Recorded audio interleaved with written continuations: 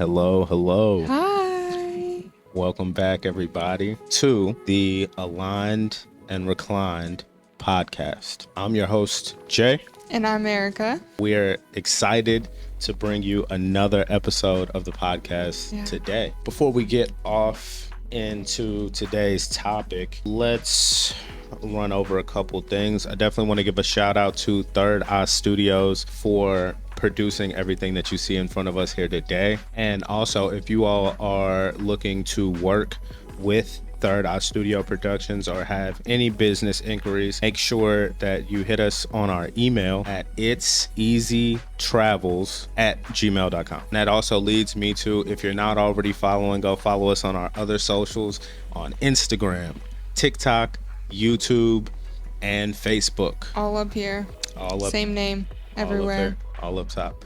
Yeah, at It's Easy Travels for all of our socials. Thank you, first and foremost, everybody, for tuning in. We got a good show for you guys today, and we're focusing on emotions.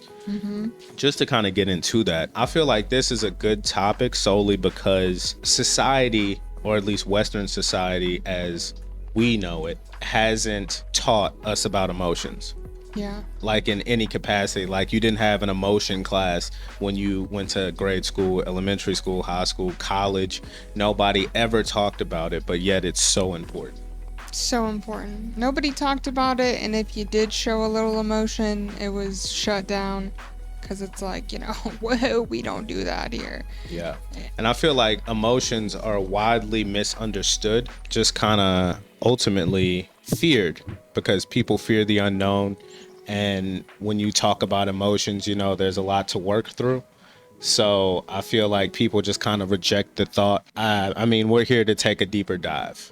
Yeah, definitely. I feel like my history with emotions, I feel like I've always been an emotional person. In the early stages of my life, that wasn't really acceptable by some of the people around me. And so I kind of had to mask those feelings, and I did that for so long and just pushed my feelings aside and was like, oh, I don't have them, until one day could not ignore them any longer. I had to do something. And so I've been on this journey of just learning how to feel my emotions and process through them, and that they're not bad and that they don't last forever. They're just here in the moment, and you gotta work through them. So Right. But I'm always open to more tips and tricks on how to manage emotions, because we all got them. And I feel like from a man's point of view, an aspect on emotions, especially a black man, but men in general are taught that emotions are for women. Often you hear anything emotional with a man, I grew up hearing, hey man, stop acting like a bitch. You know what I'm saying? So what does that connotate, right? Like, what does it mean when somebody tells a man to stop acting like a bitch, when in that reference, they're referring to a female? Like, don't act feminine right now, because those emotions aren't understood or accepted here. I feel like the people that say that are not even saying like don't be feminine, they're just like saying don't be weak, because they view women as the weaker. Right. So but we're talking about femininity in general. Like, you're showing feminine traits right now, and sure. But that's how people are relating it, and that's what I'm saying.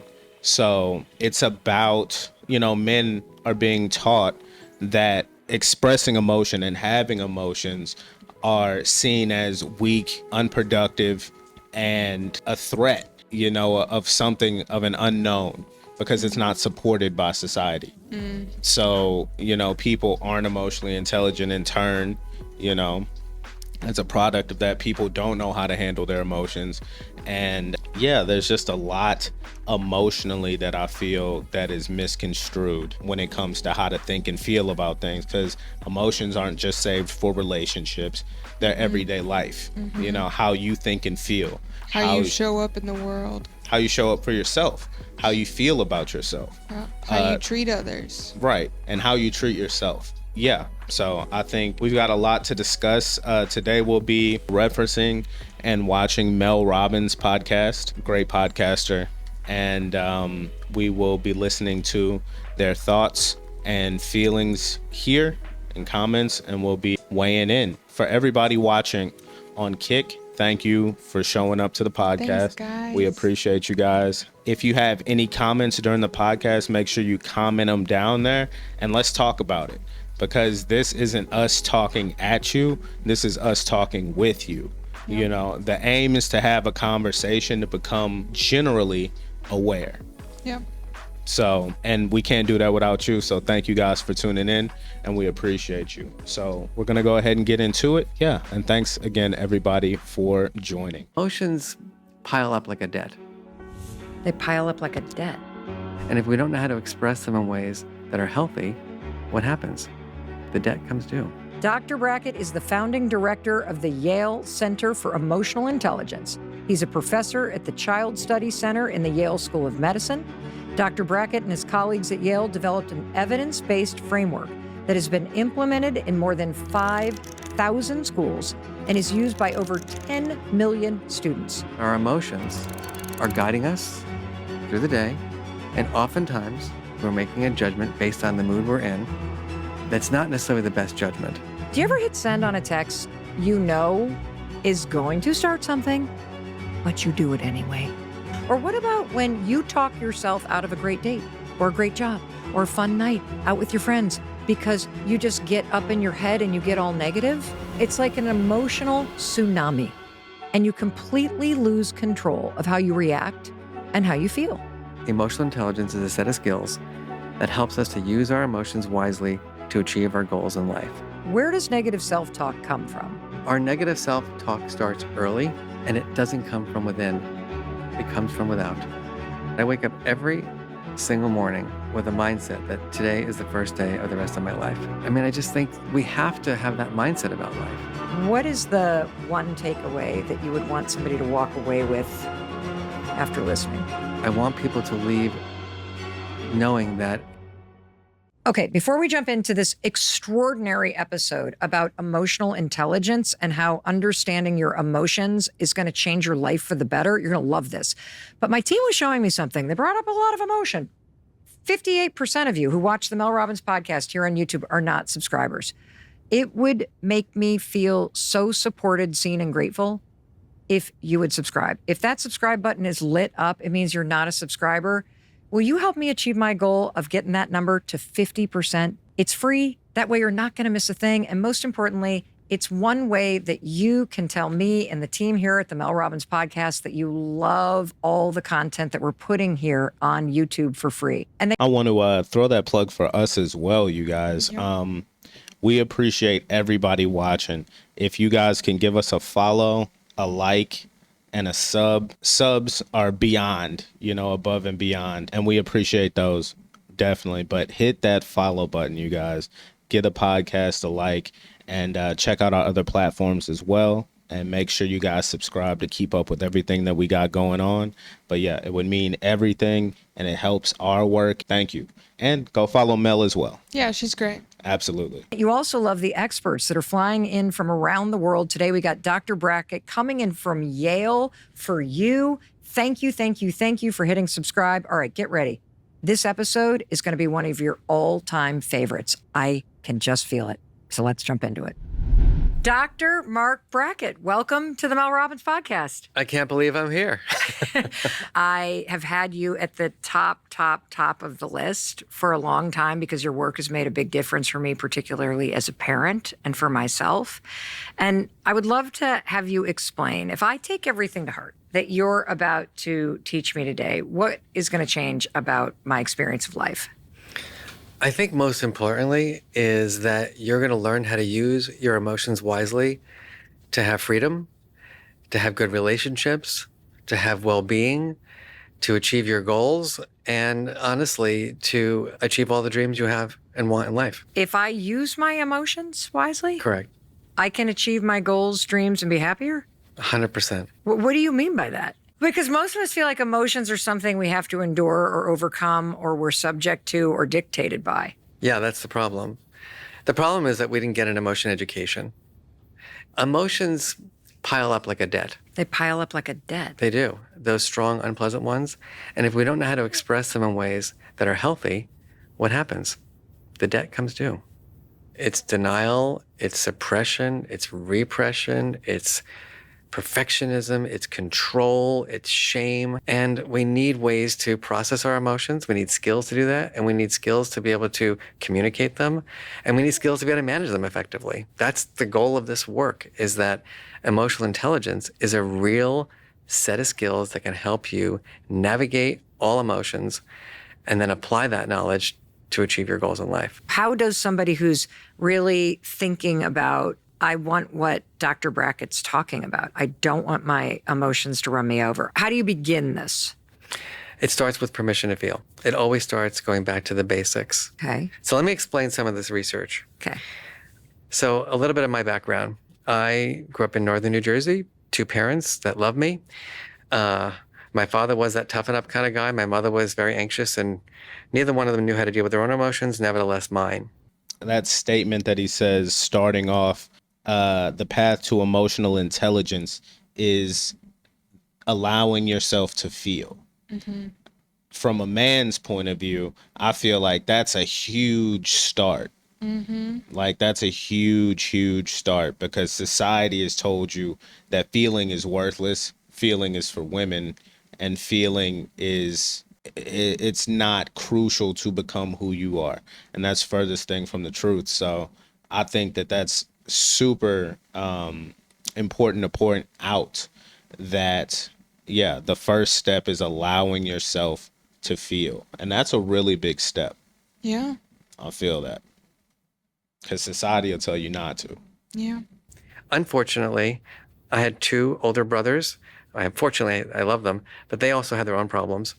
And my parents, by the time I was around 6, they were raising me alone, meaning my brothers had left. They were desperate. They had a lot of struggles. And unfortunately, the person who was my caretaker was a pedophile. And so from age 5 to 10, I was abused by my parents' closest friend. And I never shared it. I share this now in my 50s with courage. I suppressed it, denied it until I was 48 years old. I did not share it publicly. And then something magical happened. I had an uncle named Uncle Marvin. He was my mother's brother. He was a band leader by night in the Catskill Mountains and a 6th grade teacher by day, who by some wave of a magic wand was developing a curriculum to teach kids about feelings. Who by another wave of a magic wand lived with us when I was 11 years old for a summer because he was going to graduate school near my hometown, who ended up rehearsing and practicing his curriculum with me in the backyard when I was 11. Wow. And he was the first adult who said to me, "Hey, Mark, how are you feeling?" No one had ever asked me how I was feeling, ever. It was always like, go to your room, wait till your father gets home, like toughen up.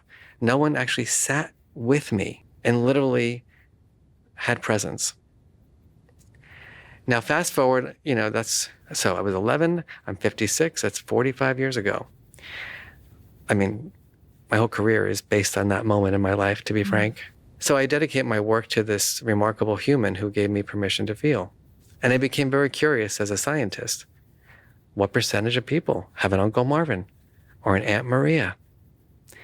And so for people who are listening, just take a moment and think about that. I like that point as well, because that is a big part of what we're doing here.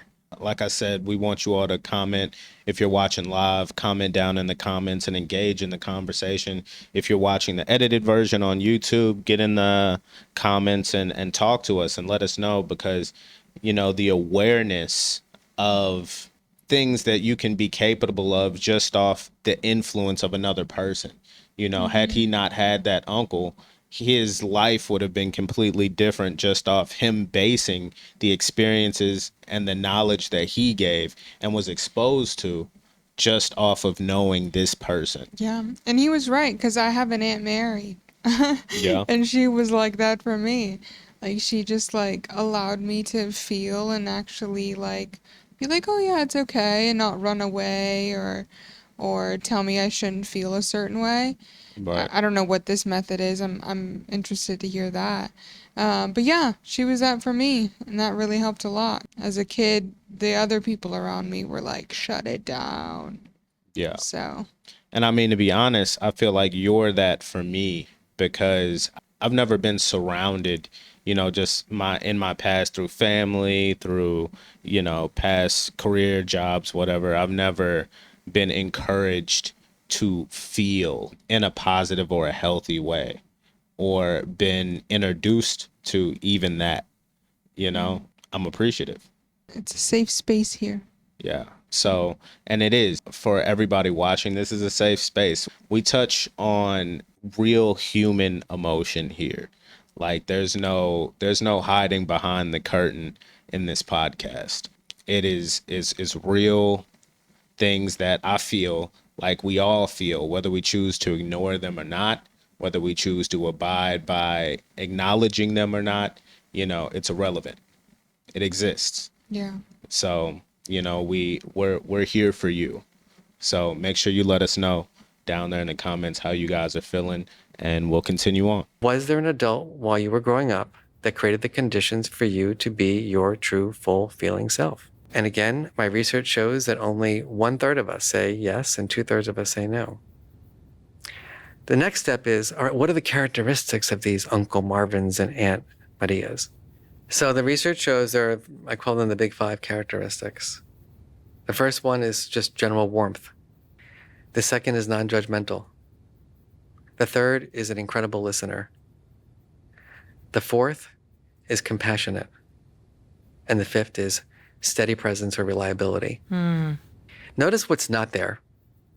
Brilliant, problem solver, fixer, advice giver.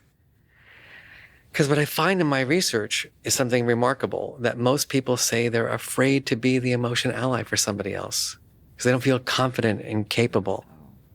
I don't know what to say or do. But notice the characteristics. They're not asking you to do very much except be present. It's amazing to me. People say I'm afraid because I'm not sure if they say something, I don't know what I'm going to do. I'm not going to be able to fix their problem or give them the advice that they need. And I said, no one's looking for advice. No one's looking for fixing. Now, what my research shows also is that people who report having had this emotion ally in their childhood as adults, they are more emotionally intelligent. They have better physical health, better mental health. They have better sleep quality. They have greater life satisfaction, and they have greater purpose and meaning in life. And it's funny because one of my closest friends from childhood came to hear me speak. And he had this reaction to my presentation. He's like, I hated your presentation. I'm like, you hated it? I got a standing ovation. What are you talking about? He's like, well, I didn't have an Uncle Marvin. Now I realize that's why I don't have purpose and meaning in life. And I'm like freaked out about it. And I said, maybe you can be your own Uncle Marvin. At some point, we have to look in the mirror and be those things to ourselves. We have to look in the mirror and have warmth for ourselves. No more judgment. Listen to our feelings. Self-compassion, and just be reliable, to yourself. I can definitely agree with this because it's just before you can do anything, you have to love yourself first. You have to be in tune with yourself. And a lot of people think they relate it to perfect. Like you have to be the perfect person or you have to have reached some level of status before you can consider yourself to be eligible to be, whatever. But like they said, it doesn't have like a physical requirement. It requires you being there, which requires you showing up and acknowledging your own feelings and emotions and being able to control those. And also just be able to process them and not suppress them or have them come out in negative ways where you're affecting other people or you're just angry all the time. We can all be our own Uncle Marvins too. And here's something even more remarkable, Mel. So I do a lot of speaking, and I'm out somewhere in New York State, and I'm giving this speech about this data. And all of a sudden, this man stands up and he looks at me. He's like, are you talking about Marvin Moore, the 6th grade social studies teacher from Monticello, New York? I said, I am. He's like, Mark, you're not going to believe this, but your Uncle Marvin was my Uncle Marvin. I'm like, what are you talking about? He's like, your uncle was my 6th grade teacher and he transformed my life. And we had this amazing conversation afterwards for 45 minutes. And he said, clearly he's transformed who you are as a person today. I said, I give him all the credit. And then he looked at me and he goes, well, Mark, for whom are you and Uncle Marvin? It was so eye-opening for me. I'd never been given that kind of in my face. For whom are you paying it forward? It transformed my relationships that day because I realized that I just was not giving it. It's so beautiful. Really, really beautiful. And as you were going through that list of attributes, I'm like, this is why our kids always go to my husband. I'm not kidding. He can be our emotional ally now, and he probably is. Yes, 100%. Dr. Brackett, I would love to start with some more of the fourth grade level stuff about emotions, since I feel like I'm definitely in that camp of, okay. What are we talking about here? What are we talking about here? Is this going to be one of these weird episodes where I'm thinking about my feelings, but I'm not sure what we're talking about? How do emotions shape our lives? So in my work, I talk about 5 reasons why emotions matter.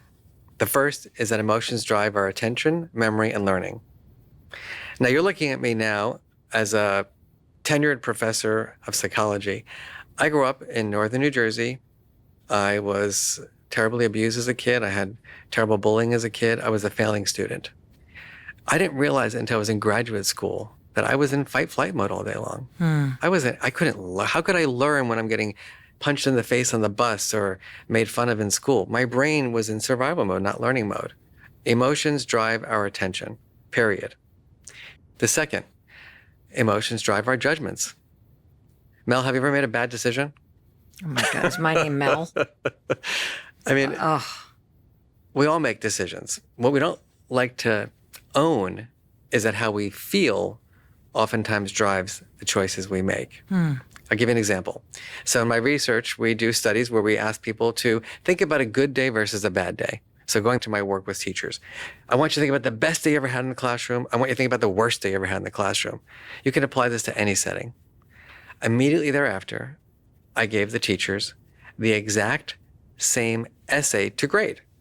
And my question was, would there be differences in how the teachers evaluated the exact same essay just after thinking for 5 minutes about a good day versus a bad day? What do you think? Oh, no. 1 to 2 full grade differences. 1 to 2 full grade differences based on the mood of the professor? Correct. Now, when I asked the people at the end of the study, do you believe that how you felt had any influence?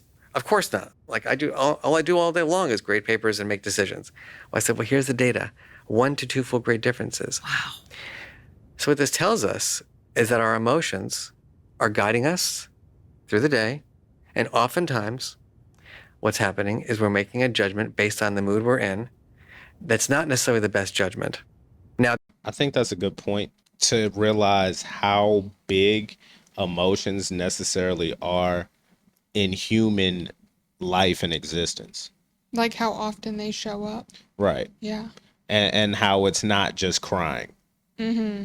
Right. Because I feel like generally socializing, like when people think of emotion, they think of crying or they think of something sad or, whatever. And emotions shape literally everything, how you feel, so from those papers being graded, you can relate that to literally any jobs field.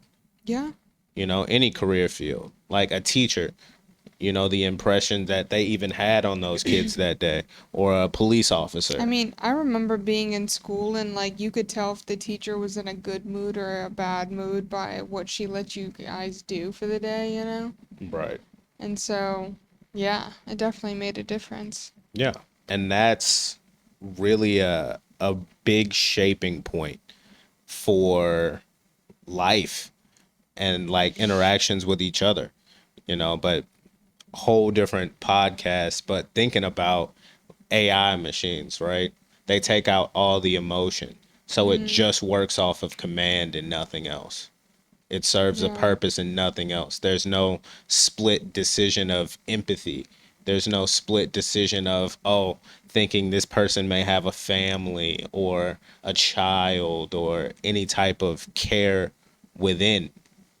It's just automated decision making. Yeah. emotionless. And if we lived like robots in an emotionless world, that's why I feel like it's good for us to accept our emotions, understand them, and be able to work with them and talk about them efficiently. And express them. Yeah, because if we didn't, we would be living like robots if they really didn't exist and they really didn't matter. And we would just be making those split impulse decisions and not caring about our fellow man, our fellow woman, our fellow human. Yeah. I mean, I'm sure this podcast is pretty like basic and straight to the point about emotions, but then you even get deeper with that your body holds emotions inside of it. Like it, and sometimes those need to be released, and that's crazy that your like body and nervous system holds on to emotions that you haven't properly, processed or felt. And that's nuts, because then that could be affecting your health. Like that's a whole nother realm. What's the antidote to allow our emotions to subconsciously influence our judgments? And the antidote means you change it. Yes. Okay. You allow you name the emotion. See how smart Is that you right? are? Oh my Yes. God. I was actually panicking a little bit there. I'm like, oh my God, I'm going to get it wrong on my own podcast. You just name it, because what happens when you name it? You attribute it to its cause. When I can attribute my emotion to its actual cause, it will no longer have that subconscious influence over the future judgment. I really struggle with this. That makes a lot of sense because like I feel like a lot of people feel a certain way towards something because of the negative or positive experience emotionally that it's impacted them. Like, you go like people like, oh, I hate roller coasters. They don't hate roller coasters. They hate that the first time they went on there, they felt like they were going to fall out and it was scary. Or maybe somebody fell out on the very first roller coaster that they were ever on and it scared them. And they held that emotion with fear and doubt and shame. And now you don't like roller coasters. But it's really that experience that scared you and scarred you that you haven't dealt with. So yeah, that makes a lot of sense. And I like that he was talking about naming it. I don't know if you guys have ever seen the feelings wheel, but there's a lot of different feelings, a lot more than you just can think of off the top of your head. But I really like that suggestion of naming them, because it does, like, you are able to break it down even further to like, where is this coming from, or why do I feel this way, and just like accepting it, but like helping name what emotion you're feeling at the time is really good. And I am not proud to say this, but I'm a very leaky emotional person, meaning that it has been a challenge for my entire life to be able to separate myself from the thing that happened and the emotions that I feel. And instead, I wouldn't say leak. I'd say there have been times I've been more like a tidal wave. Yeah, And, me too. And I'm not proud of that. And I can even say that this morning, that there was something that happened in our studios yesterday that really made me angry. Not with our team, somebody coming in from the outside. Yeah. I walked into a meeting that was a great, like, collaborative meeting. And within 2 minutes, I could feel my intensity. So the leakiness. Yes. That wasn't about the meeting I was in. It was about how I felt even talking about something that happened yesterday that had nothing to do with that meeting. Correct. And it's very useful to understand that a simple thing that you could do in that moment, if you notice that the volcano or the tidal wave or all of this is leaking, to just say, oh, I'm really irritable. That's it. And I could have just said, I don't mean to be intense, everybody. I realize it's from the thing yesterday. And let me just take a beat, because it's not about you. Because I think what happens is your emotions feel like you have no choice. That's exactly right. I mean, And for that's- most of my life, Dr. Brackett, I apologize for talking over you. I I just feel like I'm the kind of person that was ruled by my emotions to the detriment. We're the same people because I just did not like life as a child or an adolescent. And I remember even in high school crawling up in a ball, crying and saying, who am I and where am I going with my life? And thinking, oh my gosh, this is who I am. There's no way out. I didn't know there were skills to learn. And that's why I've dedicated my whole life to helping people realize that emotions are impermanent. There are no bad emotions. And we can learn to use our emotions wisely to achieve our goals in life. I want to make sure that we got all 5 of the reasons why emotions matter. And we have attention. We have judgment. Yes. The third is relationship quality. Emotions drive the quality of our relationships. Here's a simple phrase. Emotions are signals to approach or avoid, period. You just described my childhood. Emotions are signals to approach or avoid. That's right. So my facial expression, my body language, my vocal tone, my presence is either going to send a signal to you, Mark likes me, Mark's with me, Mark respects me, or it's going to say, stay away. I don't respect you. Like, who are you? I don't need you. That's critical. And that's from the micro to the macro. I mean, just a vocal tone.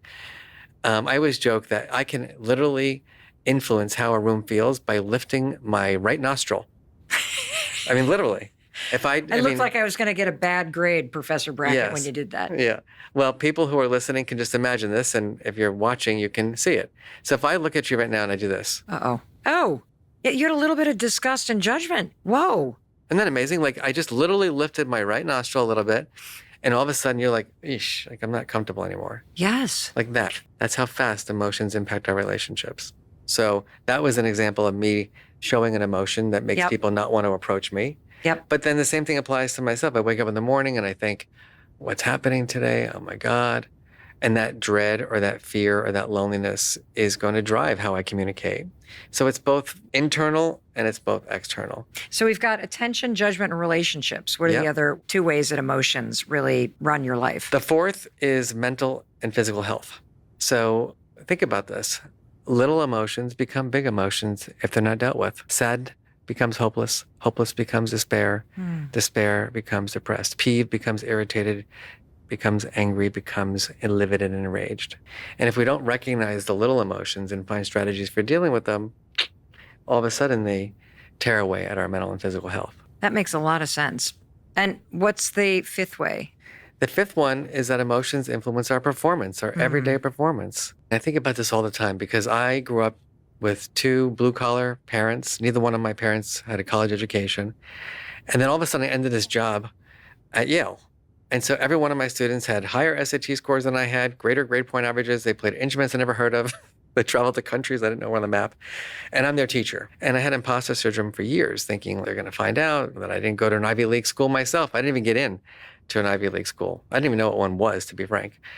And I just had this assumption for so many years that, oh my gosh, these are the brightest crayons in the box who have all this background knowledge and parents who read to them and parents who were senators and producers. And then I've gotten to watch for 25 years what happens. And so many people don't achieve their goals in life. And it's not because they're not smart. You know what it is? No. They can't deal with their feelings. They can't deal with feedback. They can't deal with disappointment. They can't deal with the anxiety. And so there's a point in our lives when our brain power, we need it, of course. The more academically skilled we are, the better. But it's insufficient. It's insufficient. So here I am. I got 500 students in my class. Every one of them looks the same on their CVs. They all got the same grades. They all got the same SAT scores. So I look at them and I say, who's going to make it? Because you're all going to apply for the same job. Who's going to get hired? And it's not going to be about your intelligence. Just like when you're a basketball player, it's not about your height. Everybody's tall. It's going to be another set of skills. And those skills are emotional intelligence. Dr. Brackett, what is emotional intelligence? If I were to define emotional intelligence in its simplest form, emotional intelligence is a set of skills that helps us to use our emotions wisely to achieve our goals in life. Now, of course, that's very broad. So you say, all right, well, what exactly are the skills? And I have an acronym, RULER, which helps describe the 5 skills of emotional intelligence. And the first skill is recognizing emotions. Number 2 is we understand emotions. Number 3 is we label them. Number 4 is we learn how to express them in ways that help us achieve our goals, because we've all expressed them in ways that have not helped us. That's been the norm for me. And then the final one is regulation. So recognize, understand, label, express, and regulate. I would love for you to walk us through each one of those 5 things of the acronym RULER.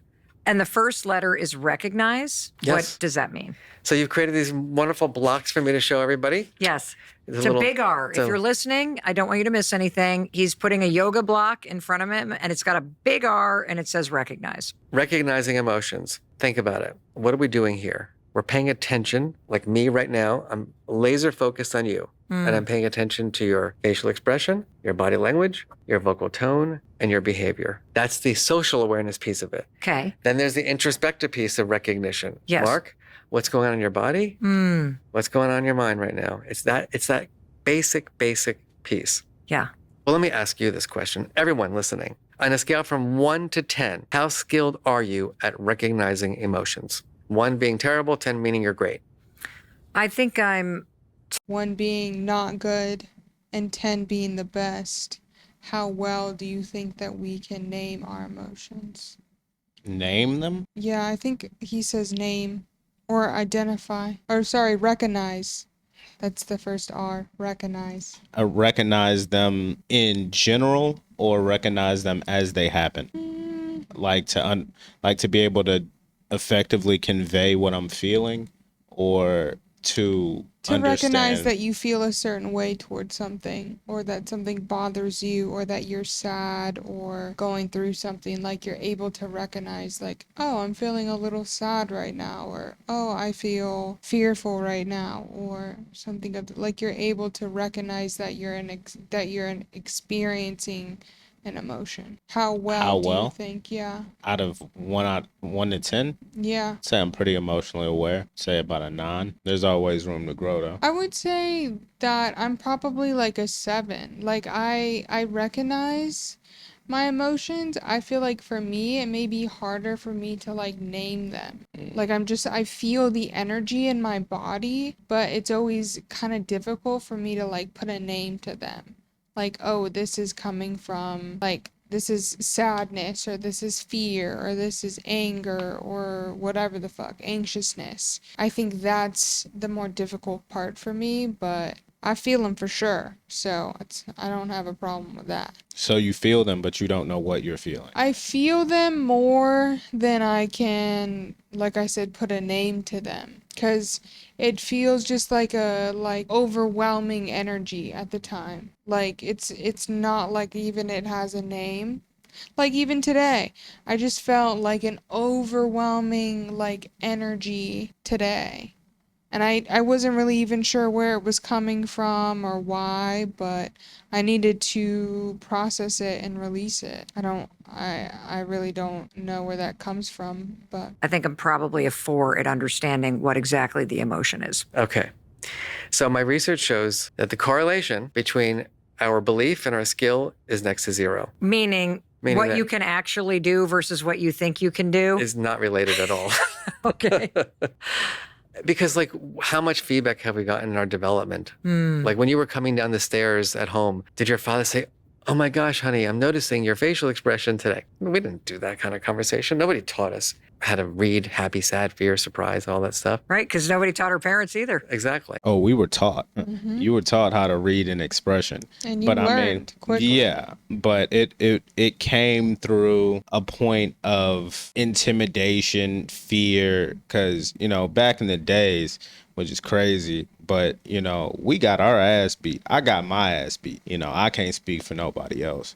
I got my ass beat. And I was hyper aware of the energy in the room. And that's why, like, as a kid, I've always kind of been like that, but it always surprised me when people like can't read a room. Like, people will walk into a room emotionally because, there's being signals given everywhere, and they'll just barge in and like they don't give a fuck about whatever's going on. Like they're dancing to the beat of their own drum, and that drum's loud, and it's a funeral on the other side in reality. You know what I'm saying? And not a New Orleans funeral. You know what I'm saying? People are crying, sad, down.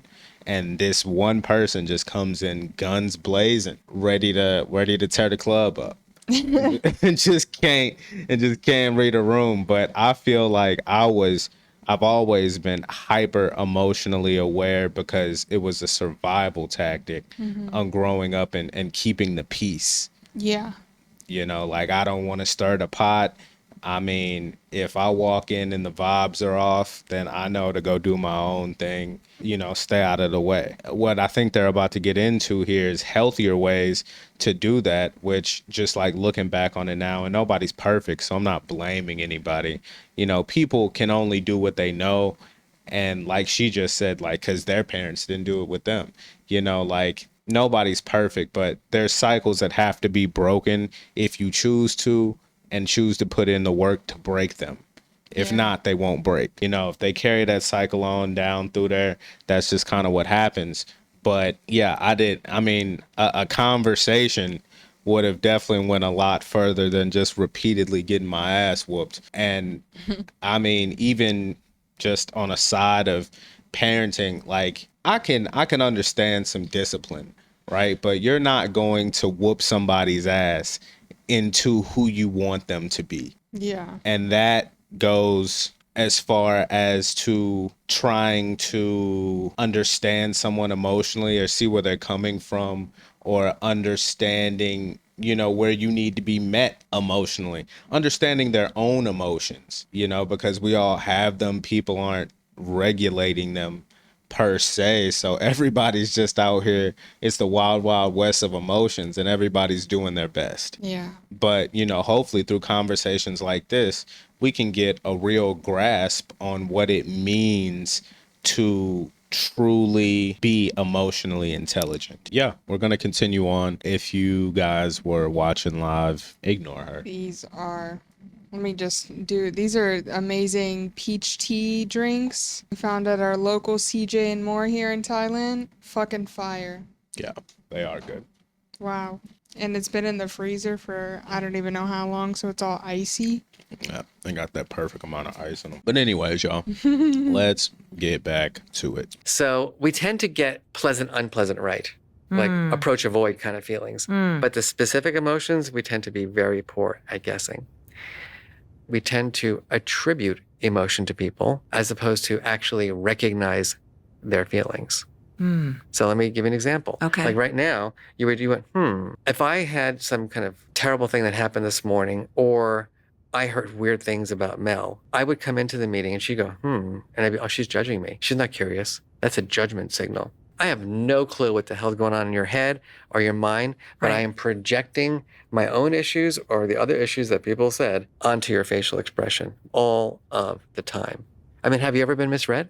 Well, I've been. Good point. When it comes to emotions, I think that we're often so used to reading other people's emotions and then having a feeling and opinion of how we should move forward from that we suppress our own and ignore our own. Yeah, or our whole judgment on that other person's feelings, like you said, are wrong.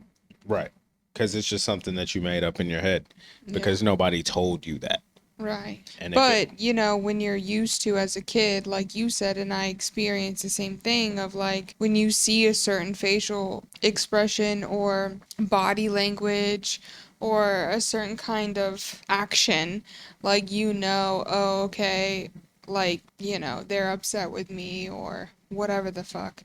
Because, like, that's what happened as a kid. Because they were, though. And so when you see those same, like, facial expressions, it's hard not to think like that. And also, I think it's good recognize that, but even take it a step further and recognize that you as a kid also had your own story to what was going on. Yeah. And I mean, no one's to blame, right? No one's to fault.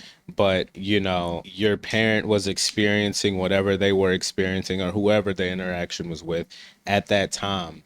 And they had their own thing. You had to interpret that some type of way, but you didn't know the real story. Right. You see the problem, and in that problem, you're somewhere, or you're inserting yourself somewhere in it. Like, I'm a part of the problem if you're not the problem, and then you take that on when in you know what I'm saying? And internally and externally, nobody did that to you. Yeah. They didn't place you there. I mean, yeah, I say yeah, just because to a certain extent, because I mean, you can tell if somebody, like if you're looking for directions or something, and Right. you see a certain person and they look a certain way, you're like, yeah, let me not ask them. Right. Like, let me ask this person over here. Like, they didn't say no or yes or like even give you a response, but just from the facial expression, like you already know, like,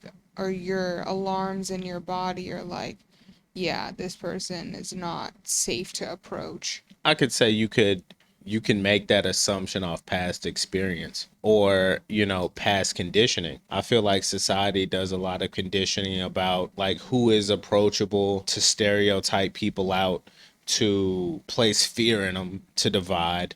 Like this person's scary, and then you got some thug pan sag, if like like typical early 2000s like gangbanger stereotypes. What I'm saying, like this person isn't safe. And you may not have even ever talked to a person like that in your life. The only time that you've ever had contact with somebody that looks like this person that you deem as unsafe to approach is someone telling you that they're bad. You shouldn't deal with that type of person. Or you had one bad experience, or a parent or someone else had a bad experience with those people, so they come over and tell you, and now you're shaping that experience that they've shared with you in your mind and forming your own opinions about it. And it's evoking emotion in you because of the emotion that it evoked in the person that told you about it. And that's why it's so important to be able to understand and regulate your own emotions, to feel where things are coming from. Like as of recently, I've been doing work on myself, and I'll have thoughts, just random passive thoughts throughout the day, or when situations arise that, I have to have some type of opinion on or whatever, or feeling toward. I have to ask myself, like, hold on. I have to stop and be like, that's not even me. Where am I hearing this? Where's this voice coming from? At what point did I take that emotion on, and why am I still letting it affect me till today? Because, I'm more true and sure of who I am and how I think. So why would I let this old voice still play? Like, I can turn that radio off. It's not mine. And I'm one here with myself, so I can be assured and rest easy in my own decisions now. But that comes with understanding yourself emotionally, being confident in yourself and your decision making. Not perfect by any means, but it's just the tuning in and the loving yourself. These are all things and traits that you find when you find loving yourself. That's what you get. See what they're talking about here. Miss Redden, and I was thinking when I made that sound of a thing that I did with our daughter Sawyer, who for a while I was misreading her expressions, and she would get very rigid and her face would go cold, and I would immediately feel like she was judging me. And what I've come to learn in those moments, which makes me really sad, is that she actually was becoming emotionally flooded and felt overwhelmed and didn't know what to do, because it seemed like I was getting angry about something. And so here we were, two people in constant situations where we are not actually getting each other, because I'm not angry at all, but my voice is going in a direction that cues it. Yeah. She then stiffens, and I think she's getting combative. And in fact, it's the opposite. She's in fear. There you go. And we miss each other and we misunderstand each other. And I can see how I was attributing something that then, of course, affects my emotions. And understanding that the first response for her, typically, and same as with my husband actually, is I would always get so mad because he would go silent when I was pissed off. I mean, smart dude. I think another good example of emotional miscommunication, especially just like in a parent to child type relationship, not exclusively, but I feel like a lot of our emotions are shaped from our childhood. Like you're taught how to feel growing up. So that's why I keep coming back to it. Let's just say you're told to do something, right? You're told to do something around the house by a parent, authority figure, whoever. And your response, for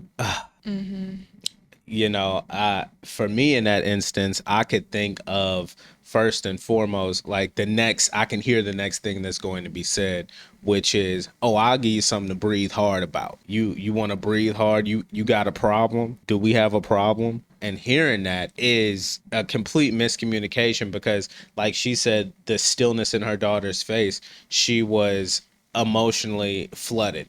That breath could be you just as a person trying to organize your thoughts. Yeah. I feel like that happened to me a lot as a kid. I feel like my parent would just like come in the room and then just start naming off like chores for me to do.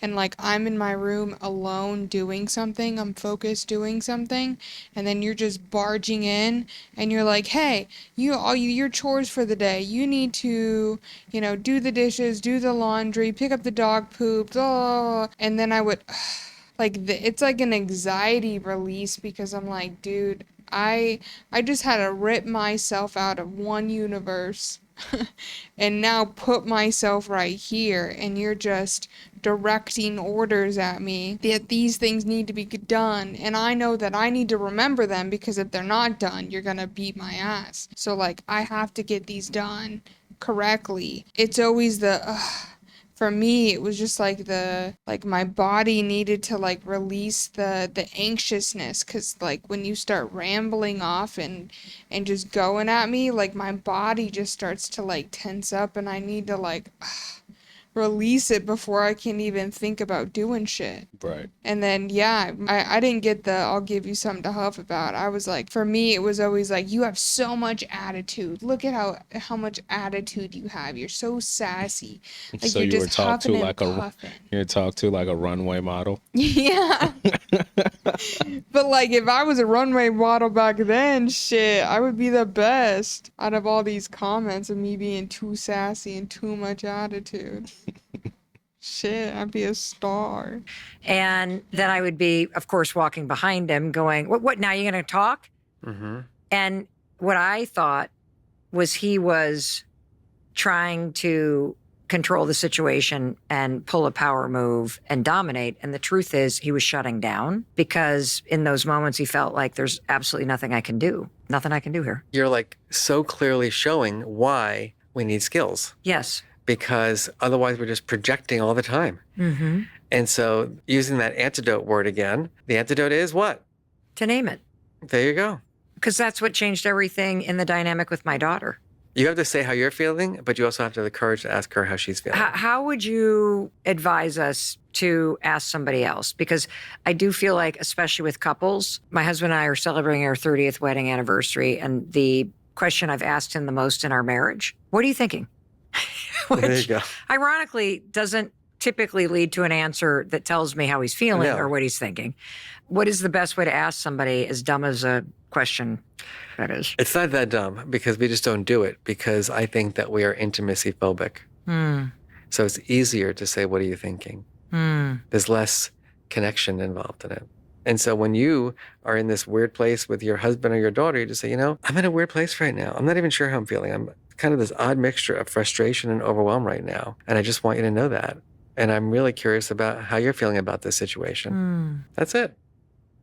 It seems so easy. It is, but we're afraid to hear the response because we don't want to own the fact that we might have created an emotion, which is more complicated but we do support other people in experiencing unpleasant feelings. And we don't want to own that. So it's easier to just not ask the question.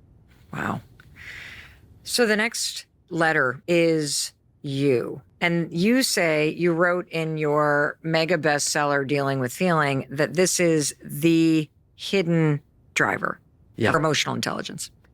Because this is where we build relationships and connection. Okay. Understanding emotion, we define it as understanding the causes and the consequences of emotion, including how our emotions impact all the things that we've talked about: thinking, judgment, and behavior. But here's the kicker, and this is where I think most people get it wrong.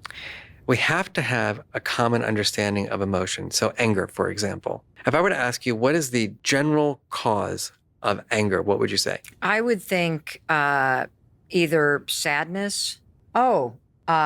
Injustice. Thank you. Okay. Anger is the result of a perceived injustice or unfairness. What would you say the main cause for anger is? I feel like they kind of got it. Injustice and unfairness, like things not going your way, or Right. you feel like you were cheated. Yeah, you didn't get your way, or somebody hit you, and so now, you need to hit them back, like you get angry. And so, yeah, I think that's a good definition.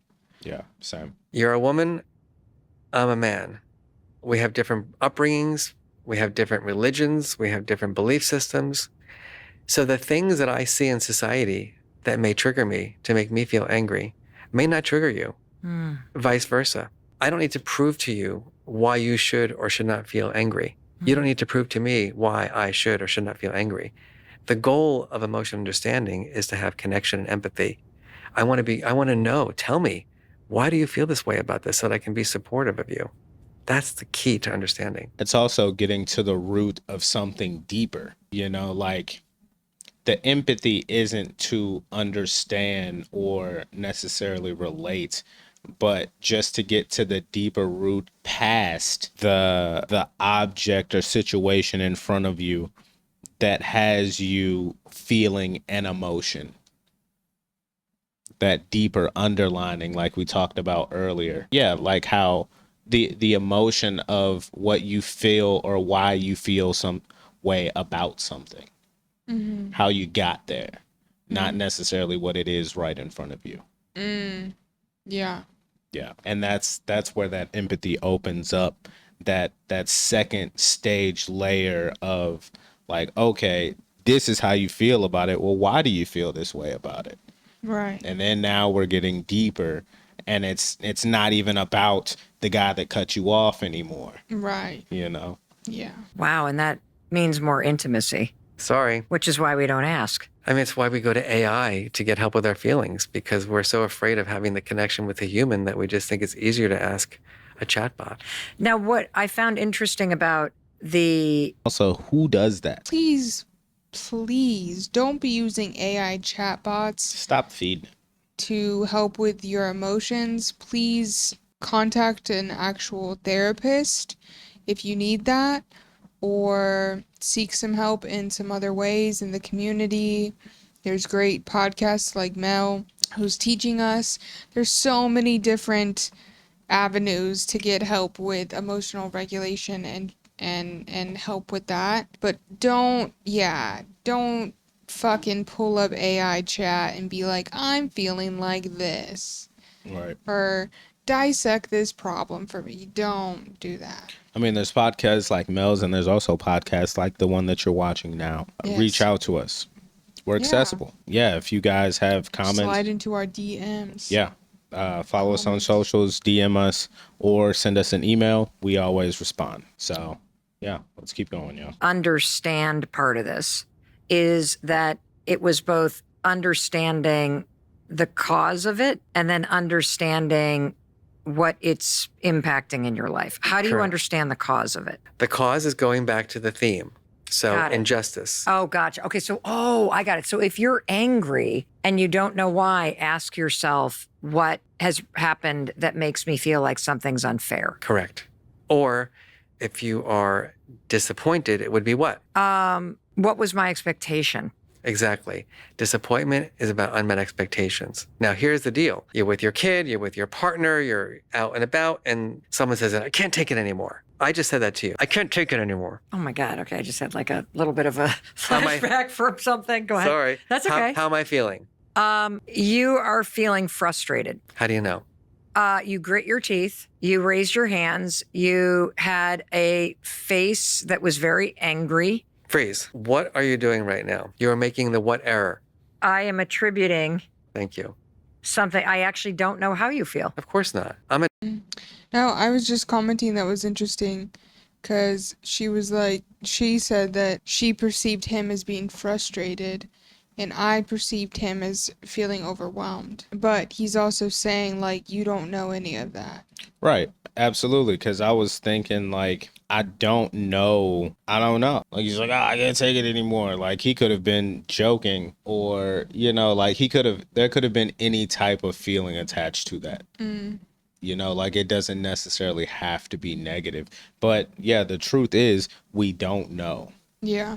And I feel like in everyday situations and our relationships in our own personal lives, that needs to be held into account, because that's really powerful. I know that a lot of things in modern day technology get lost in a text, and you're left to assume the emotional charge behind it, which is hard enough. But to make matters worse, we're doing the same thing in person and not even realizing it. You're misreading social cues and signals even in person, which we're losing more of in today's time and span, but it was misread then. Yeah. So there's nothing like new about these misunderstandings in communication. It's just about growing past them and learning new ways, new thoughts. Dude, I'm not going to tell you that I feel shame or disappointment. I'm going to act out like I'm angry to get my needs met. Oh, so for example, father in a toy aisle and kids want the expensive thing. You can't afford it. The deeper emotion is shame, but you're going to just erupt at your kids and it's going to read anger and frustration. Great example. Hence why we need to deactivate, get curious, find out what's happening to build the connection so that we can be helpful to each other. And this is all within ourselves that he just mentioned. So that process that he just mentioned right there has zero to do with anyone else. That is a self-regulation process that we can do within ourselves to say, hey, hold on, let me take a step back and check me out. Emotions are data. So when I'm feeling an unpleasant emotion, it's legitimate. There's nothing wrong with that. As a matter of fact, I've been really thinking about this around my anxiety. And a friend of mine who studies anxiety, we had this long conversation about it. And she said to me, Mark, tell me all the things that make you anxious. Well, I'm anxious about fundraising. I got to constantly raise money to keep my research center alive. What else? I'm anxious about the quality of our center's work. I always want it to be the top quality. What else are you anxious about? And I named all these things. And she said, well, what do those things have in common? I'm like, what are you talking about?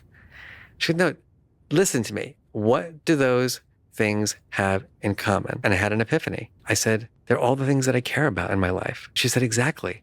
So why would anxiety be a bad thing? It's telling you that something may not be going exactly right with something that you care about. So now it's an opportunity to look deeper into that. Okay, that's personally why you're here for me. That one story and that one reframe around anxiety is exactly what I needed as a parent right now to send to one of my adult kids. Did you want to expand on that a little more? I've never looked at anxiety like that.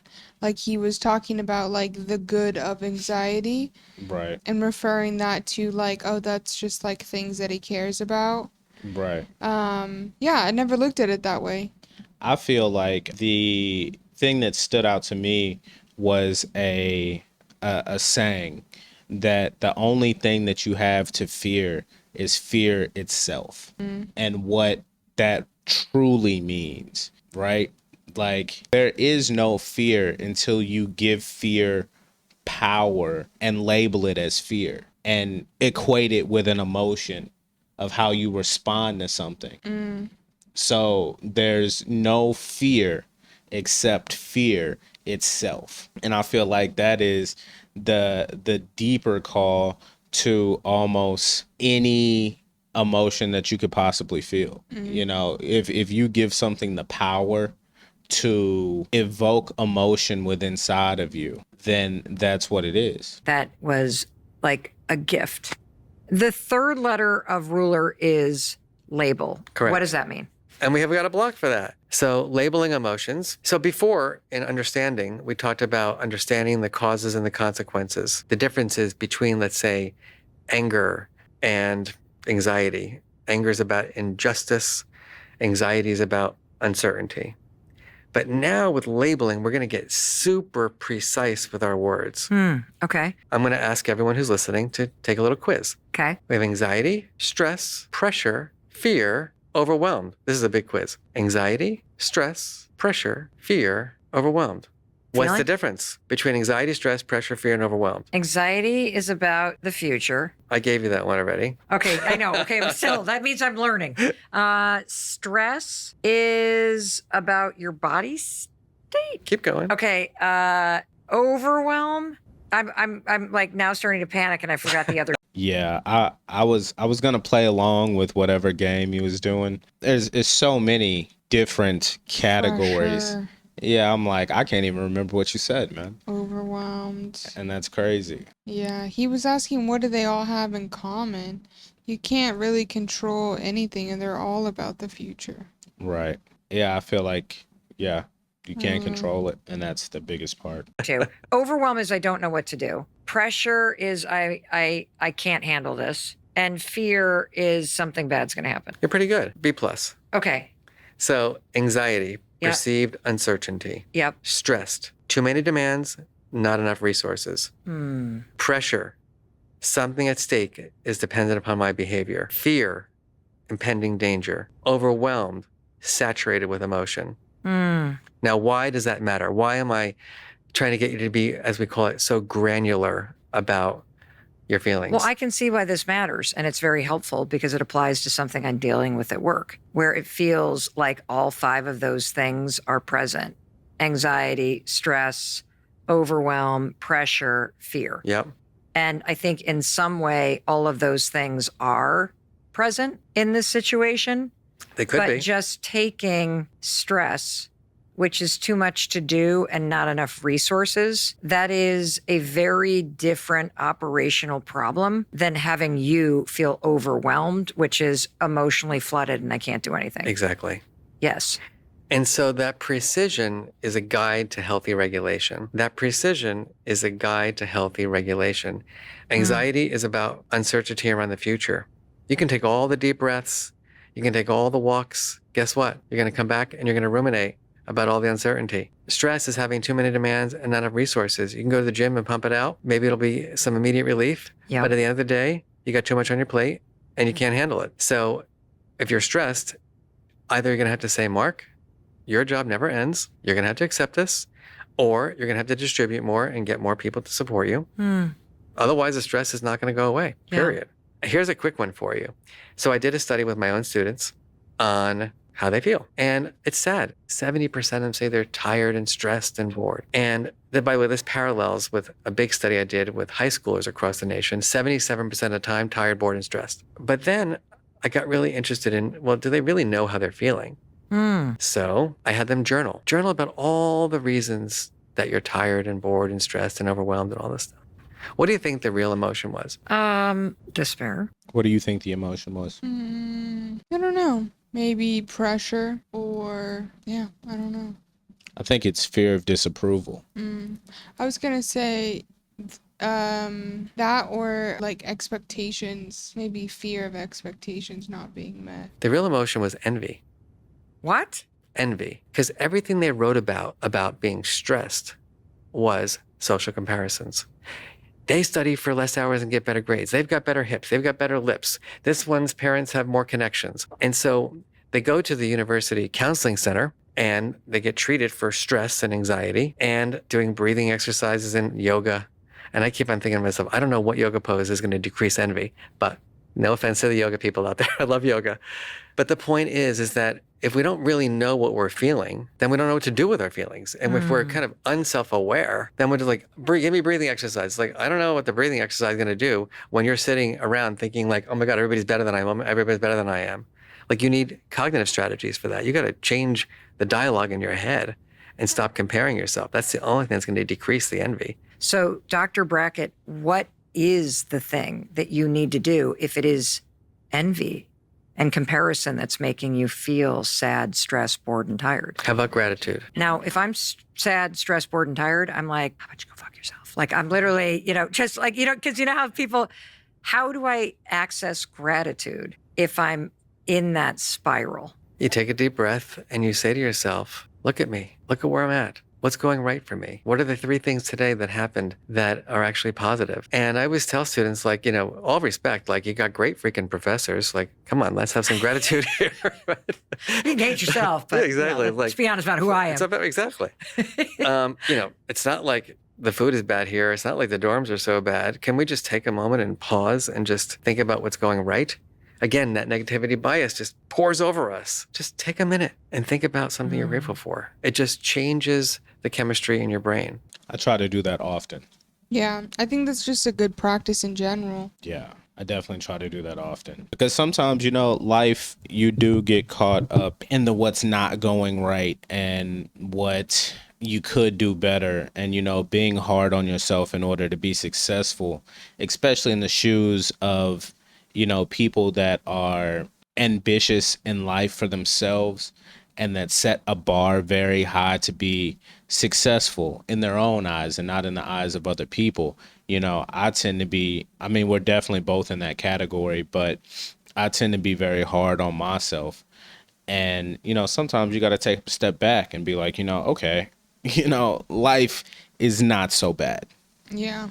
Overall, I love my life.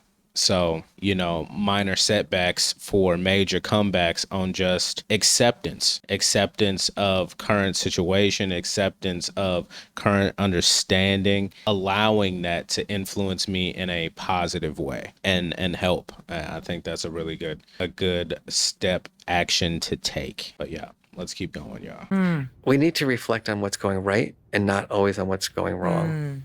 That's a skill. It's a practice. Just like you brush your teeth in the morning, at the end of the day, when we have dinner together, we do. It sounds cliche, but you know what? We do a gratitude reflection. That is so insanely helpful. If you start adopting a practice, if you recognize yourself and being in this loop that we've all been in, where you're sad, you're stressed, you're bored, you're tired, maybe the next time you're in that self-criticism, beat-down spiral, you go, whoa.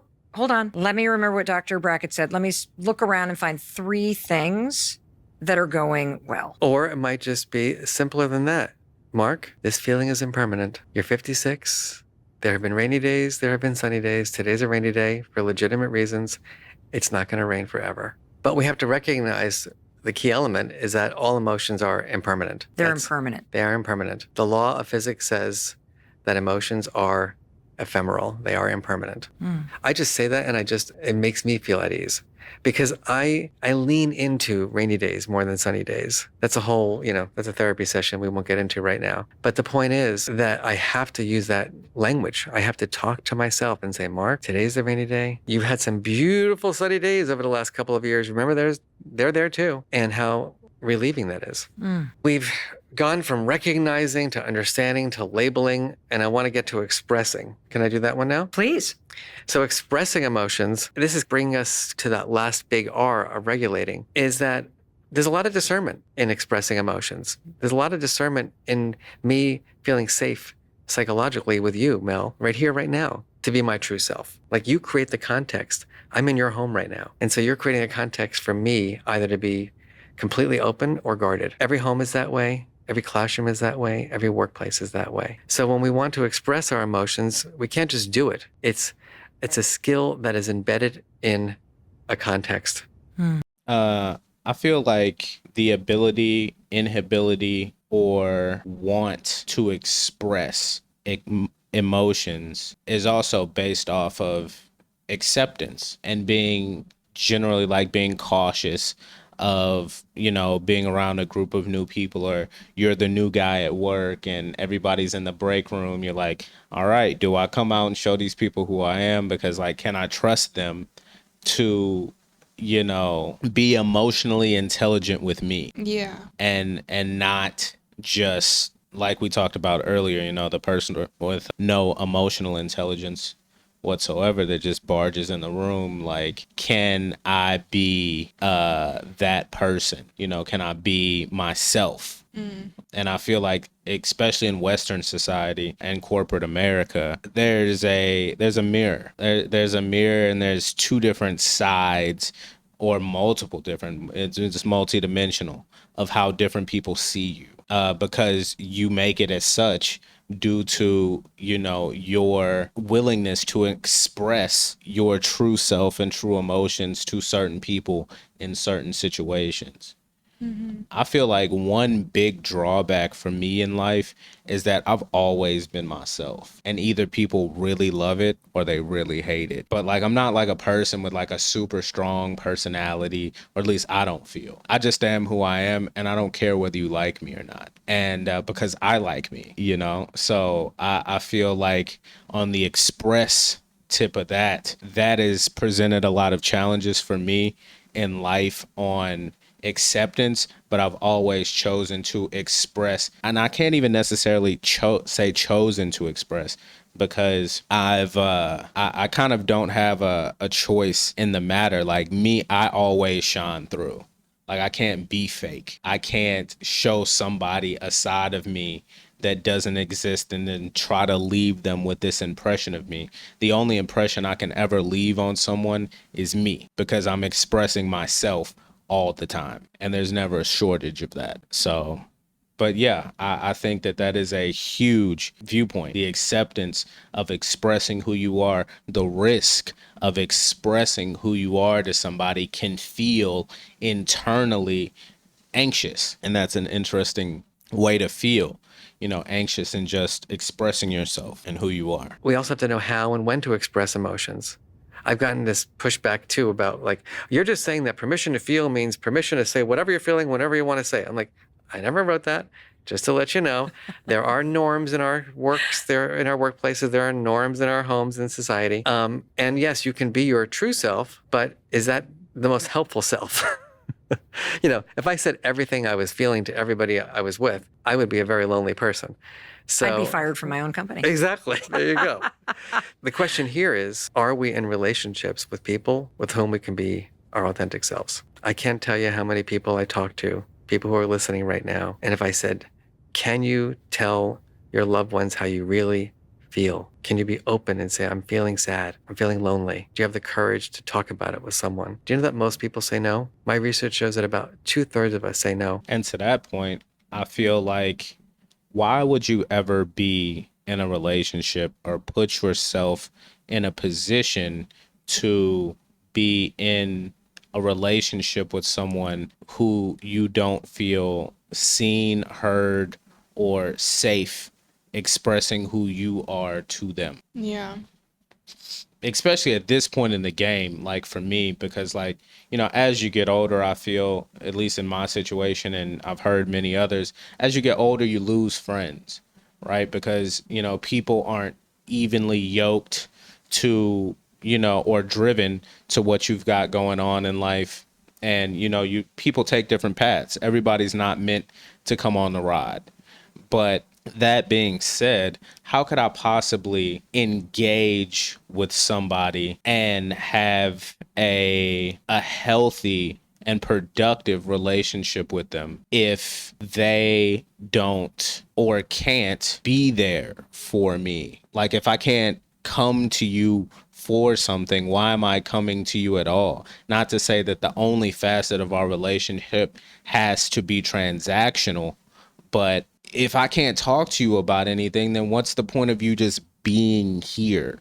Yeah, I mean, if I can't be myself and like come to you when, you know, I'm upset or however I'm feeling, then I'm just like suppressing that. And I feel like there is no point in having relationships with people that you can't tell them how you feel or express how you feel. That's for your own self and your own growth, because it is doing something when you're able to say it out loud to someone that you trust, or be able to express to them how you feel about something. So that also does a lot for you as well, to be able to speak that out. Yeah, I mean, I definitely feel like there's people in my life that if I was my true self, like it would cause an issue, like growing up for sure, if I just stayed true to myself. So I kind of learned at an early age, okay, well, if I just be this way or be a certain type of person, that they want me to be, then all is well. Well, let's relate that into today. How do you feel about that today and being who you are authentically with whatever relationship you may hold? I mean, I feel like the relationships in my life, I'm sort of just getting more comfortable with telling people what's up. Like, I had someone reach out to me today and ask how I was doing. And I told him straight up. I wasn't negative. I wasn't anything like that. I was just like, hey, it's been an emotional roller coaster over here, man. Doing a lot of things, learning a lot. And I feel like normally with that person I wouldn't say those things, but I did anyway, and I did it for me, to be honest, because, I need to be able to know, like, who I can be myself with. And, like, if I share something like this, like, you ask how I was, and then I share really how I was, and now all of a sudden you have something like a judgment or something to say about it, like, then I know, okay, like, you're not a safe person to, like, share this with, which means, like, why do I even have a relationship with you? And this is why we need to help people learn the skills, because they don't feel like there is an actual person in their life with whom they can be their true, full feeling self. What is the final R? So the final R of ruler is regulate. It's about regulating your emotions to achieve your goals. What does that mean, to be regulating your emotion? Well, let me ask everyone who's listening and you. Okay. What's your definition of emotion regulation? For me, I think it means to... What is your definition of emotion regulation? I would say the ability to assess your own emotions and how you're feeling at a certain point and not project that out into the world negatively. So, like, if somebody's upset because they fucking ran out of sourdough toast this morning at the cafe that they like and their fucking latte was watered down and whatever else, and, they're just in a pissy mood, to be able to acknowledge, like, damn, I really wanted a good coffee today and it was not good. Or I really wanted that piece of sourdough toast and it wasn't good. Or they didn't have it.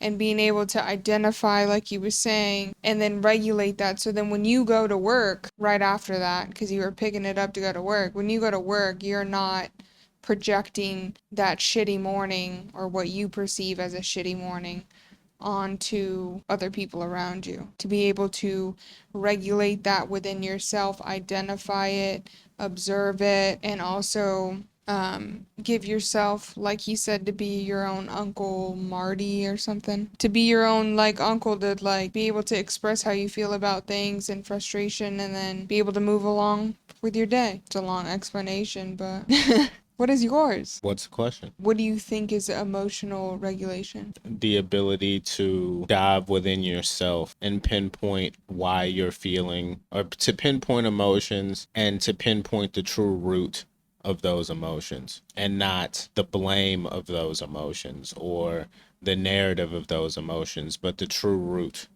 and have that ability of emotional intelligence within yourself. Let's see what they say. Recognize what's happening and to basically try to let it rise up and dissipate. Okay. To try to not let it be leaking all over other human beings. Mm-hmm. To try to not let my mood or my feelings in the moment dictate the actions that I take next. That's what it means to me. Yeah, and that's a great way of thinking about it. Mark, the scientist's definition is it's about the thoughts and the actions. So the things we can do in our heads. I can prevent the anxiety before the presentation because I can get ready for it. I can reduce an unwanted emotion. I can initiate an emotion. I can intentionally try to help you savor your emotions. I can maintain a pleasant emotion. So, like, when I leave here today, I'm going to assume that we all think this went well, and I'm going to call people and I'm going to say, like, I had an amazing experience with Mel, and ask me some questions, please, and so that I can think back and savor it. I think that's important. We tend to just move on. Why? Let's savor it. Mm-hmm. Or we can boost or enhance emotions. And we do that in the service of all the things that I do my work for, which is we regulate so we have better attention. We regulate so we make better decisions. We regulate so we can have better relationships. We regulate so we can have better mental health. And we regulate so we can achieve our goals in life. And so there are strategies. Should we go through them? Yeah, let's start with the ones that are unhelpful. that people may reach for and don't realize it's not actually working. And I'll share one. Go. I recently started to realize that when I would kind of become a volcano, or I'd get angry because I feel a sense of injustice, Yep. or I get frustrated because I have unmet expectations, usually, by the way, that I've not expressed, that in the venting, like I just need to get it out. I'm a verbal processor. That's how it just stirs up even more. Yeah. And so that's one thing. Another one that has been very unhelpful that I used for decades was telling myself to not be anxious, or telling myself I shouldn't be this way, and really rejecting the thing that I was feeling and trying to ignore it. Yeah. Welcome to America. I think those are many people's go-to strategies. My research shows that there are 3 big ones that are unhelpful. For everybody who's listening, take a moment and think about it. When you're overwhelmed, when you're stressed, when you're pissed off, what's your automatic go-to unhelpful way of dealing with your emotions? Just think about Sending an email and venting on people. Yeah. Bitching to my husband about what some idiot did. Yes. Talking about the state of the world and why this is still happening. Exactly. Yes. And now I'm already feeling actually Dr. Bracken. Totally. I can't believe I'm going to say this. I get mean and I hate myself for it, but I just get, when I get triggered, I like want to retaliate. And I'm working on it for years. But if I get low enough and angry enough or frustrated enough, it just, and I'm like, I always say to myself, Mark, you're the director of the Center for Freaking Emotional Intelligence. Don't say it. Don't do it, Mark. You have the strategies. You're the expert. And I go for it. And it's like, But here's the big ones. Avoidance. It's like, the person you're having a difficult time with at work, you're like, I'm just going to not go into the lunchroom. I'm going to avoid that person in the hallway. Or I'm just not going to tell the person how I really feel and I'm going to bury it. That also includes the kind of denial, the suppression stuff. The second is eating and drinking. How many of us have had one too many chips or scoops of ice cream or one too many alcoholic beverages? Yeah, what do you think the odds are that I had a martini last night after a stressful day? There you go. And then I walked in here this morning and leaked all over a bunch of people. Self-awareness is a gift. And the other masterful one, I say that jokingly, is just negative self-talk. We are self-saboteurs. Yeah. Well, I don't think we want to use it. Right. I think we are gaslighted to use it. I'll give you a really concrete one of an example. So I have a niece who is the love of my life. Her name is Esme. She was adopted from Guatemala. And I speak Spanish, and I went to bring her home back 21 years ago. She just graduated college. I'm very proud of you, Esme. She is dark skinned. She's Latina. She was in a very white area of New York State. And in kindergarten, some kid said to her, "You're a different color than your mother. That's disgusting." Now, of course, her mother called me and said, "You better get up here because I'm going to get in my car. I'm going to run over that kid. I'm going to run over the mother." I'm like, take a deep breath. Uncle Mark, road trip. Now, when I got to their home, this is the love of my life, this 5-year-old girl. And I know what it's like because I was terribly bullied as a kid. I knew that I had to be her emotion ally. I knew that I had to help intervene because she was already saying, "I don't want to go to school. I hate school. I don't want to go to school." She was already questioning her skin color. "Why am I this? And why you're my mother?" And in that moment, which was a difficult moment for our family, I had to figure out a way to connect with this young woman and in her 5-year-old language, tell her that no one has the right to define your reality. Now, if she were Uncle Mark in his 40s at the time, he would have the courage to say, "Wait a minute, like, who do you think you are talking to me that way? I love myself. You don't have that power." She's 5. Yeah. Do you see why I'm saying how important it is? Of course. Yes. We have to build the skill early. And so this young girl with her uncle and her parents and other people were really trying to help her reframe, build more positive self-talk, recognize that our family has different skin colors and tones and it's okay and that we love her and that she's going to be okay and etc. But imagine no intervention there. Imagine no one noticing. We were intentional about providing her that support so she could reframe and have more positive self-talk. I think that's a really big point to realize the fact that if we don't grow in emotional intelligence and we don't deep dive on the why within ourselves, we will always be that 5-year-old child just reacting to things because that's the way that we react to them. You know, there'll never be any growth. There'll never be a side of the situation where you can healthily deal with that. And I feel like that's where generational trauma comes in as well. You know, just Because that's a great example of somebody being able to effectively show a child like, hey, you can work through this health in a healthy manner, and it doesn't have to be negative. Yeah. Or you don't have to hate the race of whatever boy told you that. Yeah. Or hate yourself because you're darker than other people. Or hate yourself due to someone else's opinion of you. Yeah. Because like they said, when you're a kid, you take things on a whole different level. You take things, you're the problem. There's an actual problem, and then there's you.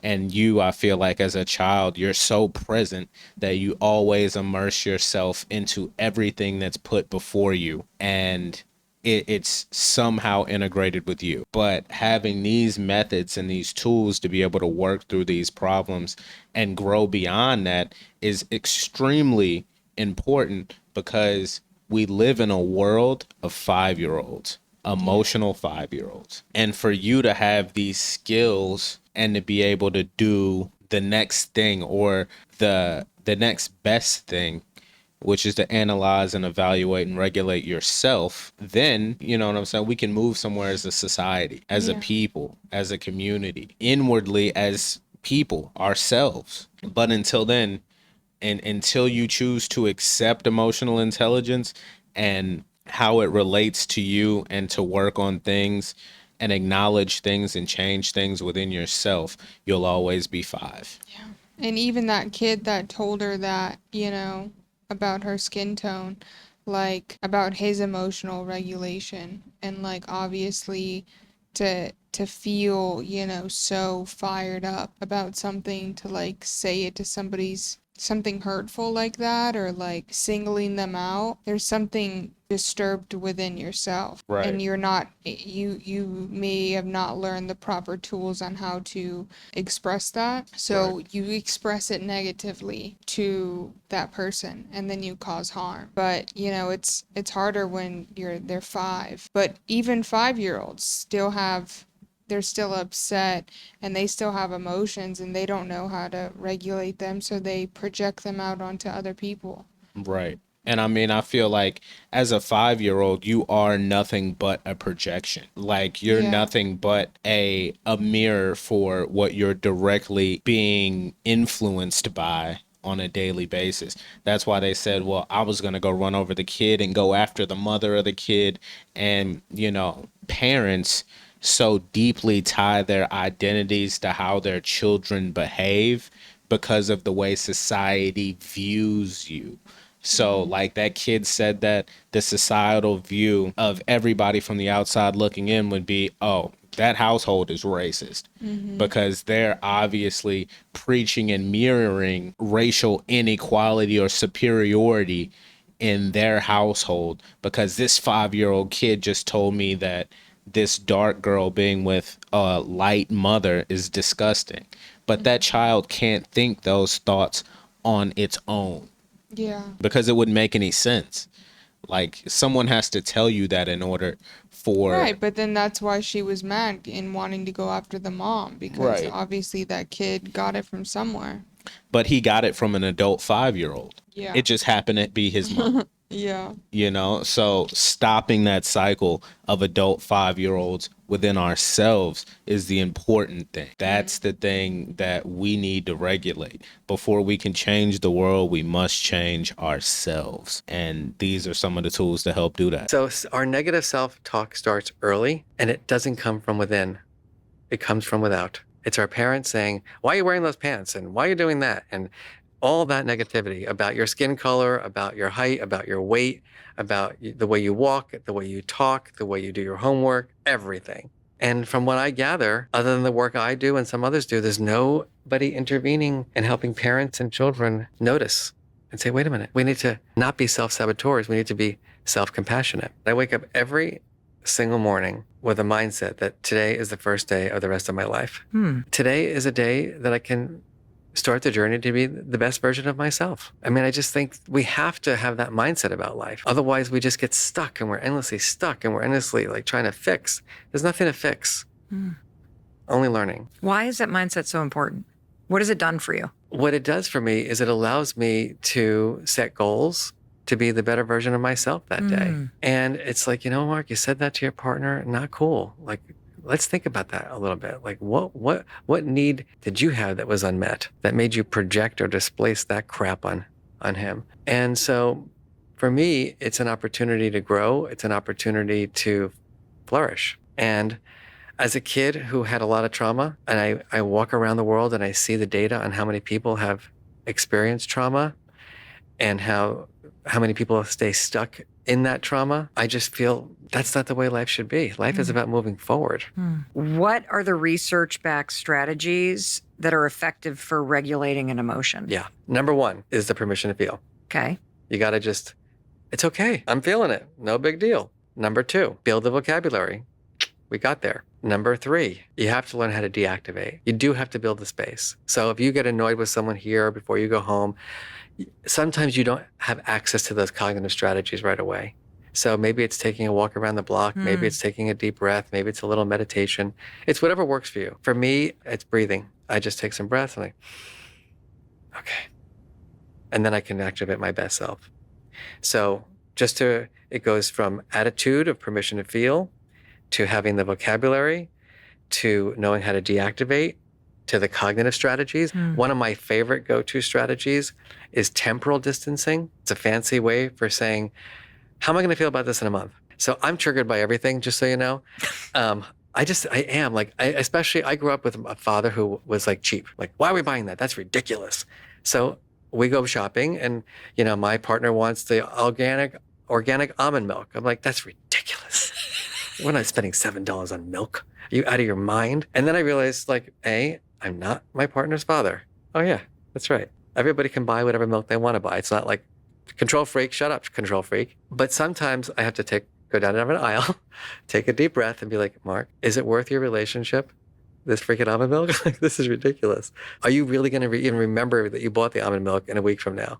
No, let it go. So that it's like you build in time or you create the time.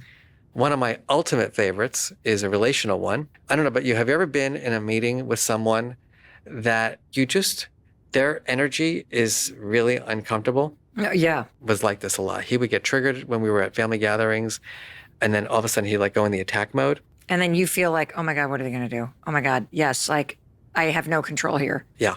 You create a picture frame. So let's imagine right now for listeners, I'm with Mel and Mel is saying like, Mark, I think your stuff is bullshit. And I'm like, I can't believe this is happening right now. And so I could like just sit here and absorb it all and be like, oh my God, my life is over. 5 million people are going to listen to Mel tell me that my life's work is meaningless. Okay, Mark. A, she didn't say it. B, make a little picture frame. So I literally make you into a movie. Okay. And I observe you as opposed to absorb you. Observe versus absorb. Wow. Do you get it? Yes. I need this. We all need it. And I especially need it when I see clips from the news. Yeah. Because it's so activating to see certain people and certain headlines. And I absorb it. Me too. Versus observing it. Where there is this distance. Correct. It's spatial distance. That's a big statement right there. Observing instead of absorbing. I feel like as a society, we've been taught to absorb, like we've been conditioned. There's people behind the scenes pulling the strings. There's media, and then there's us to consume. There's consumerism. And we've been so conditioned to absorb instead of observe because the media is pushing for a reaction. Like they're looking for something out of society. They're trying to sway you one way or another. And I feel like that's a really big piece of knowing yourself and how you choose to respond to things, especially in modern day society, because you can choose to observe or absorb. Because especially in the media nowadays, there's like so much bullshit and so many things just happening that I have to constantly look around my own matrix and my own world and come to an agreement in myself about how I feel about what's going on in my plane sight or my plane of view. Like what's happening in my world? There's news from this and this influence, and 12 people died here and man slaughtered and beheaded, and whatever the headline or news might be, family of 10 killed in a car crash. I can observe and understand what is being told to me, and then I can choose how I feel about that, or I can choose to absorb it and take it on. And that's when it becomes an unhealthy action. That's when it becomes problematic, I feel, when you take on things instead of just letting them bounce off. You can observe things, and you can strategically, I feel, as you grow, choose what you decide to let into your matrix, rather than just being a sponge and absorbing everything. And then, you feel weighed down, or you feel emotionally flooded. That's why. Because you're taking on a bunch of shit that's not yours. So when my father would say things like, Mark, you think your blank doesn't stink now that you're a professor. And I would be like, okay, this is going to be a fun night, but this is going to be a B-level movie. And I'm just going to watch my father go on his rampage and just, wow, gosh, I wish he had an emotion education when he was young. Gosh, it would have been nice for him to learn some skills. Wow, it's a great movie. And so I would just talk about it while I am observing it. To and I yourself. would disallow him to bring that into my life. It's a beautiful technique, and it works. It is beautiful. And what I just realized is that when I'm saying let them, in a moment where somebody is very triggering or they're activated, I've never thought about it like the movie, but I'm basically cueing myself to recognize who I'm dealing with and to take a step back emotionally and remind myself, I can't control this. This person's acting like an 8-year-old throwing a tantrum. So I'm just going to let them. I've heard that phrase, let them, a lot. And I definitely believe in it, because you only have control of you. But I think my question beyond just let them is, do I choose, as a consenting part and individual in any relationship that I may have or communication with someone else, do I choose to keep showing up when I know that the result is this? Because a lot of people, like he said, like with his dad, right? Like he would let him do his thing. He knows that's dad, and he's going to bark and bark, and I'm going to make my own little side commentary about it. I'm okay because he's not penetrating my boundaries or ruining any expectations I have for him. I just view him as the person he is, and I accept that. But I think that you could really take it a step further. Like, if you know that this charade is what he's going to pull, if they're not bringing anything solid to the table to help you better yourself as a person, why are you around them in the first place? Like, why would I keep coming back and just letting them, just to let them so they can get theirs off? Yeah, like emotionally dump Right. their chaos and how they feel about things onto me, or try and do that. And it's like, I mean, you can only do so much, like reflect or deflecting and like not taking it on. But yeah, why put yourself in an environment like that you would even have to do that? I was about to say, because you could do a lot of that, but it's like, why do that? Yeah. Like, why would I choose to do that when I could just eliminate this person from my life and my matrix and my reality, and then they can play that game by themselves if they'd like? But yeah, I think the acceptance of that is interesting, because I definitely believe let them, but I'm gonna let you, and then I'm gonna go over here and I'm gonna let you do what you gotta do, and I'm gonna go over here and do what I gotta do. Like, Yeah. I don't have to let you in my presence. Yeah. And I think that should be normalized. So that's actually really cool, because I've read your book, which I think is wonderful, and I have applied my own work to your work, and we're aligned 100% there, because when you are letting them, Yes. you still have to regulate your feelings. It's not like you just let them and be like, whatever.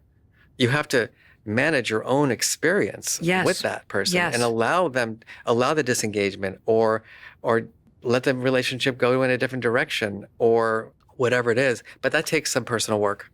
Well, what I realized is that before being able to say let them as a way to create the distance between me and somebody else and observe what's happening, I couldn't actually regulate my own emotions because I was their leakiness and my reaction You're to absorbing. it. And now I'm just reacting to that. Yeah.